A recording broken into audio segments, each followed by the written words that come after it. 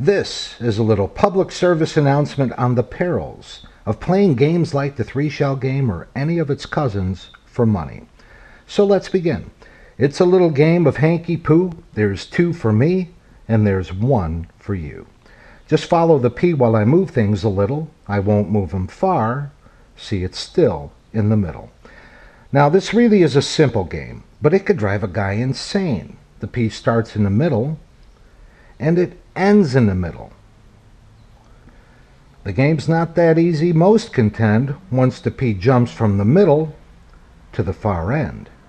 So, I'll tell you what I'm going to do. I'm going to play with just 2 shells for you. Now, if I didn't move them at all, could you double your wealth or would you wind up broke and despondent? Decide for yourself.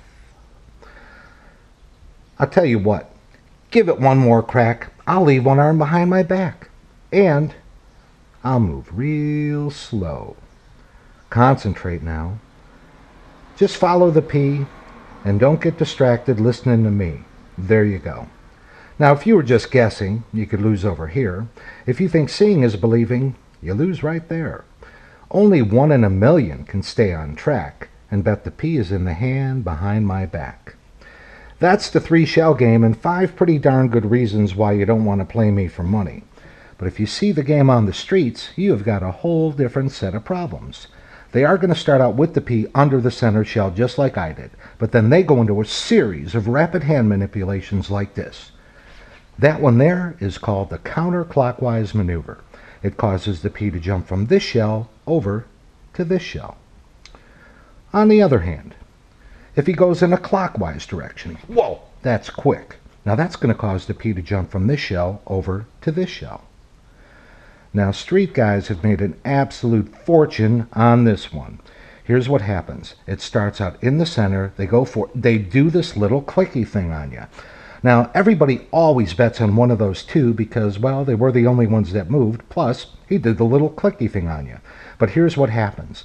The P comes out from underneath this shell. Notice the angle of that shell. It ricochets off of the outside of that shell, then it travels faster than the human eye could follow all the way over there. All right, let's summarize. The P could be under the center shell. You could even guess that it's under the center shell, but it doesn't mean you're going to win, because before you turn that shell over, I could sneak it over here. And if you were to guess it's over here, I sneak it over there. So your problem in a nutshell with the 3-shell game is this. It's never going to be under the one that you pick, and that's why you don't want to play this game for money.